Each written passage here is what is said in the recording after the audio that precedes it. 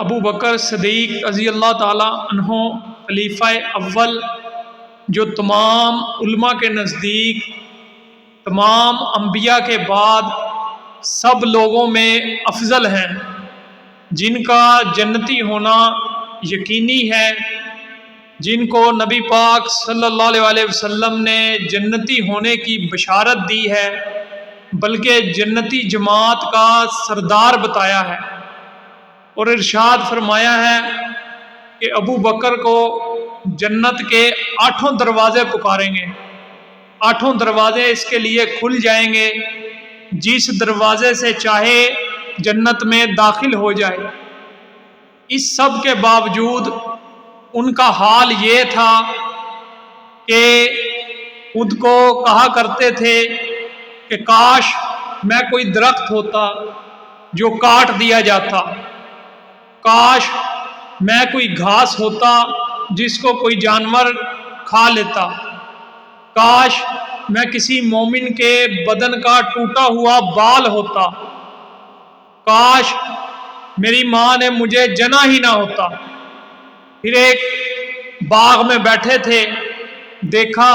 ایک پرندہ ایک درخت سے دوسرے درخت پہ جاتا ہے، پھر اس سے تیسرے درخت پہ جاتا ہے، تو فرماتے ہیں کہ تو کتنا خوش قسمت ہے کہ اپنی مرضی سے چلتا پھرتا ہے، کھاتا پیتا ہے، درختوں کے سائے میں پھرتا ہے، اور آخرت میں تیرا حساب کتاب بھی نہیں ہوگا۔ ایک مرتبہ حضرت ربیعہ اسلمی رضی اللہ تعالیٰ عنہ کے ساتھ آپ کی کچھ تلخ کلامی ہو گئی، بات تھوڑی بڑھ گئی، آپ نے کوئی سخت لفظ اس کو کہہ دیا، تو بعد میں خیال آیا تو اسے بلا کر کہا کہ تو بھی اس کے بدلے میں مجھے ایسے ہی کہہ لے، تو ربیعہ نے انکار کر دیا۔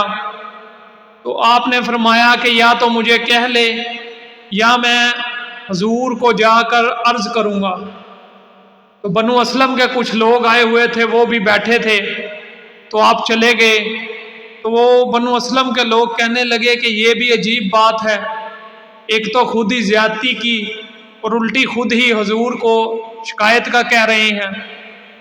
تو ربیعہ کہنے لگے کہ تمہیں پتہ بھی ہے یہ کون ہے؟ یہ ابو بکر ہیں، اگر یہ ناراض ہو گئے تو اللہ کا لاڈلا رسول ناراض ہو جائے گا۔ پھر ربیعہ کہتے ہیں کہ میں حضور صلی اللہ علیہ وسلم کی خدمت میں حاضر ہوا اور سارا ماجرا بیان کیا،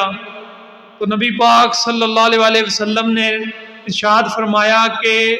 تم نے اچھا کیا، تمہیں بدلے میں کچھ کہنا نہیں چاہیے تھا، بلکہ تم ایسے کہتے کہ اے ابو بکر اللہ تمہیں معاف فرمائے۔ میرے بھائیو، یہ ہے حال ایک ایسے خلیفہ کا کہ جس کا جنتی ہونا یقینی ہے، ایک معمولی سی بات کا اس قدر خوف اور ڈر ہے کہ دوسرے صحابی کو کہہ رہے ہیں کہ مجھے بھی ایسا ہی کہہ لے، اگر نہیں کہتا تو میں حضور سے عرض کروں گا۔ اتنی فکر اور اہتمام ہے، اور آج ہم ایک دوسرے کو کتنی سخت الفاظ اور کتنی سخت باتیں کر جاتے ہیں، اور ہمیں ایک ذرے کے برابر بھی خیال نہیں آتا۔ میرے بھائیو، آخرت میں اللہ رب العزت چھوٹی سے چھوٹی چیز کو بھی تولے گا، تمہارے سارے عملوں کو دیکھے گا۔ اپنے عملوں کی فکر کرو، آخرت کی فکر کرو میرے بھائیو۔